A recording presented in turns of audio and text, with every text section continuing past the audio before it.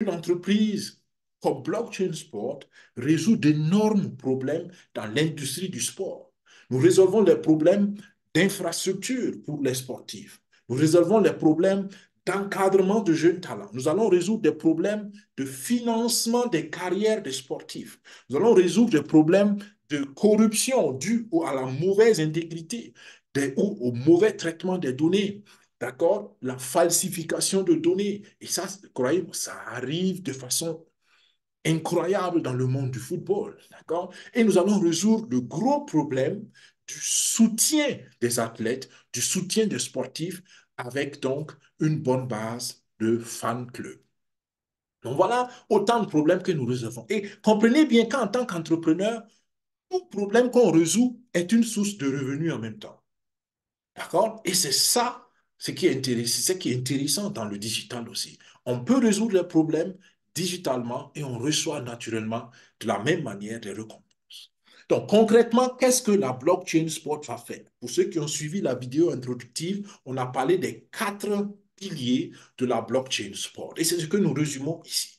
Premier pilier, nous résolvons le problème de financement. Nous créons une infrastructure digitale qui permet un financement décentralisé de tous les clubs de la blockchain sport ou bien des clubs qui vont adhérer comme franchise à la blockchain sport. Donc, tous les participants peuvent financer par leur contribution ces clubs-là. Deuxièmement, les athlètes qui seront recrutés dans nos clubs ou les athlètes des clubs qui vont être partenaires de blockchain sport. Ces athlètes-là seront digitalisés. Donc, chaque athlète aura son actif personnel digital. Et c'est ce qu'on va développer tout à l'heure si vous restez encore jusqu'au bout. Et c'est ce qu'on appelle le marché de NFT public. Une fois qu'un joueur est digitalisé, tout le monde a accès aux joueurs.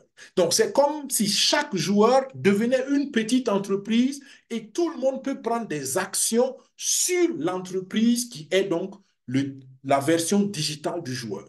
Et si la cote du joueur augmente, si le joueur commence à évoluer, les actions du joueur commencent à augmenter, la valeur digitale du joueur commence à augmenter et toutes les personnes qui détiennent des NFT de ce joueur profitent aussi de l'augmentation de la valeur du joueur. Donc, comprenez? Et ça, c'est révolutionnaire. Et ça, c'est possible seulement grâce à la technologie de la blockchain que nous sommes en train de mettre en place. Troisièmement, nous allons promouvoir les joueurs, je vous l'ai dit tout à l'heure.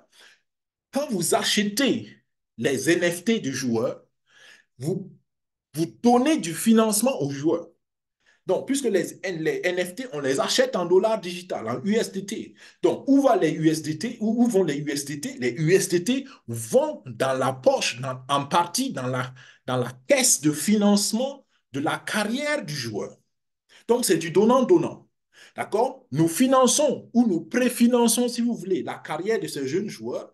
Et quand ils prennent de la valeur, nous récupérons notre investissement. Vous vous rappelez, l'entrepreneuriat consiste à semer, laisser incuber et récolter. Donc voilà le modèle qui se répète ici et j'espère que c'est assez clair pour chacun de vous. Donc nous promouvons les joueurs, nous donnons du financement aux joueurs, nous permettons aux joueurs de prendre le temps de grandir, de développer leur talent parce qu'on va recruter souvent de jeunes joueurs. Le temps que ces joueurs soient matures et que ces joueurs soient intéressants et soient des stars, naturellement, il faut leur laisser le temps. Et pendant le temps où ils grandissent, ils ont besoin de soutien financier, ils ont besoin de s'éduquer, ils ont besoin d'aller aux entraînements, ils ont besoin de manger, ils ont besoin de dormir. Donc, ils ont besoin de financement. Et ça, c'est innovateur. Croyez-moi, j'ai parlé à beaucoup de sportifs et beaucoup de sportifs ont enterré rapidement leur carrière parce qu'ils n'ont pas eu de soutien financier. Ils savaient très bien jouer, mais naturellement, quand on joue au ballon, on n'a toujours pas de quoi manger. D'accord? Jusqu'à ce qu'on soit dans des conditions où on touche le gros chèque. Mais combien ont arrêté avant même de toucher le gros chèque? Et nous allons résoudre ce problème. Ensuite, je l'ai aussi dit tantôt, nous qui soutenons ces joueurs, nous qui parrainons ces joueurs, nous allons gagner sur toute la carrière des joueurs. Et c'est ce qui est révolutionnaire. Les supporters ne seront pas simplement de simples supporters qui sont contents quand l'équipe a gagné, qui ne sont pas contents quand l'équipe n'a pas gagné, et puis après, c'est bon.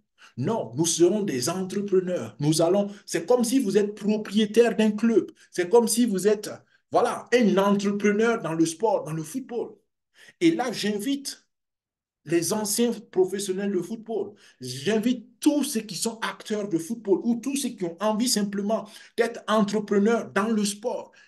Prenez le temps de comprendre la pertinence de ce projet. Et je vous dis encore, je le répète encore, cherchez des opérateurs économiques qui peuvent comprendre ce projet, qui peuvent investir dans ce projet.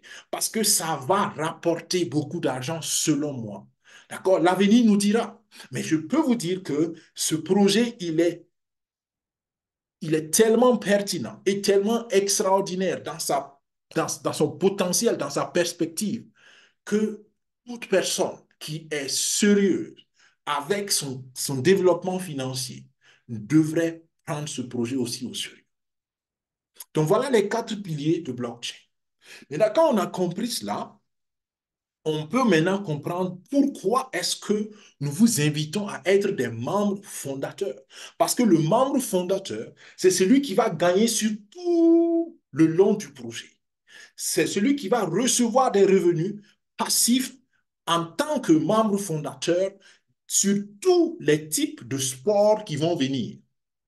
Est-ce que vous comprenez? Nous commençons par le football, mais il y aura d'autres sports. Il y aura le basket, il y aura le football américain, il y aura le rugby, il y aura je ne sais pas quoi, le tennis, il y aura la Formule 1, il y aura tous les types de sports.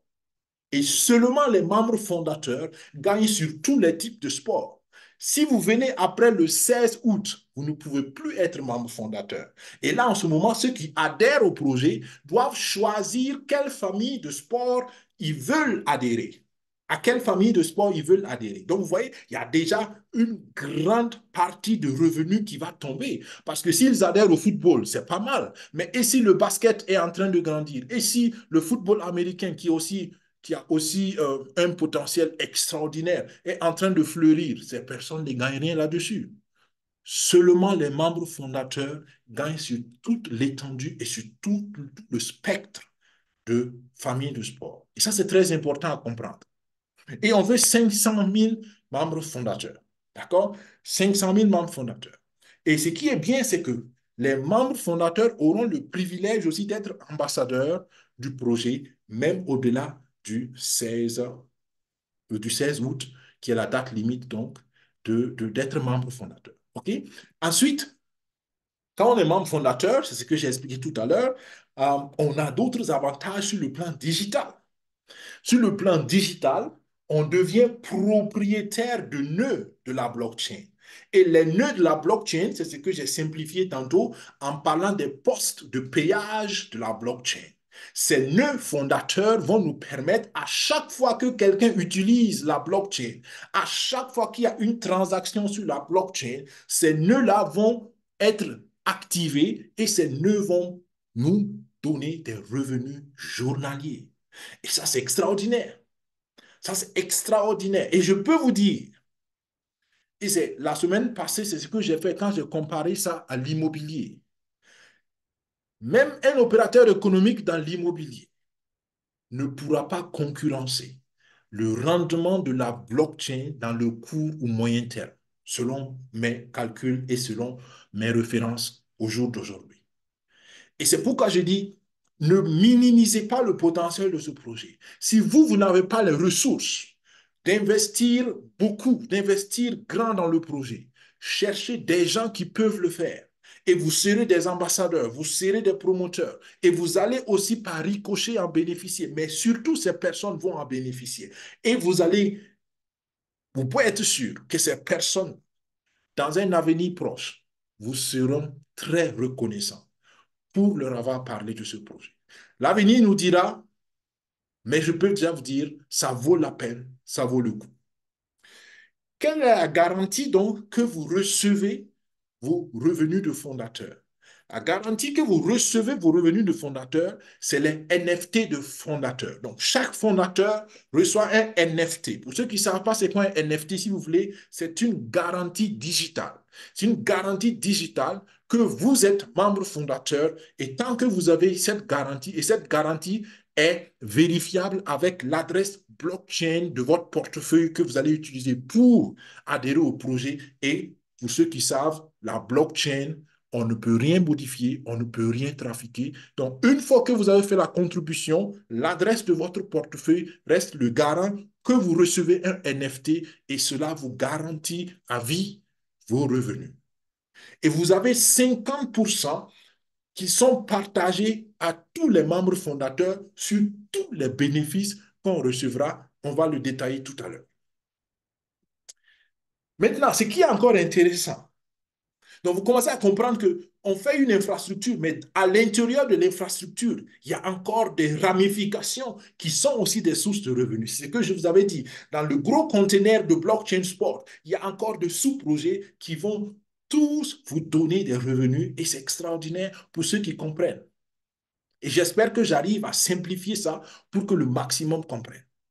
Maintenant, une blockchain fonctionne en général avec sa propre monnaie digitale.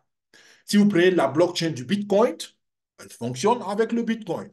La blockchain de l'Ethereum fonctionne avec l'Ethereum. La blockchain de Binance fonctionne avec le BNB. La blockchain du Tron fonctionne avec le TRX. OK? Donc, Polygon avec Matic. Solana, ainsi de suite avec le Solana. Donc, chaque blockchain a son propre jeton natif. Et nous, notre blockchain aussi, parce que c'est une blockchain au même niveau que la blockchain du Tron, par exemple, nous avons aussi notre monnaie native qui s'appelle le Bitcoin. En français, souvent, on le traduit par le dollar sport. OK? Voilà. Mais on l'appelle Atlas Coin, c'est le nom générique général. Donc, le Atlas Coin, c'est ce qui va être utilisé pour toutes les transactions sur notre blockchain. Et ce qui est bien, c'est que nous, les membres fondateurs, nous serons les premiers à détenir le Atlas Coin. Et ça, c'est une autre source de revenus. Parce que toute autre personne qui doit ou qui veut travailler sur la blockchain doit d'abord chercher les Atlas Coins parce que sans Atlas Coin, on ne peut rien faire sur la blockchain sport. Sur notre blockchain qui s'appelle Athleta. D'accord? En passant, l'autre blockchain va s'appeler Athleta. Donc, nous allons utiliser le Atlas Coin sur la blockchain sport, sur la blockchain du Athleta. Et ça, c'est ce qui va aussi être intéressant pour nous. Et c'est pour cela qu'on a besoin de nœuds.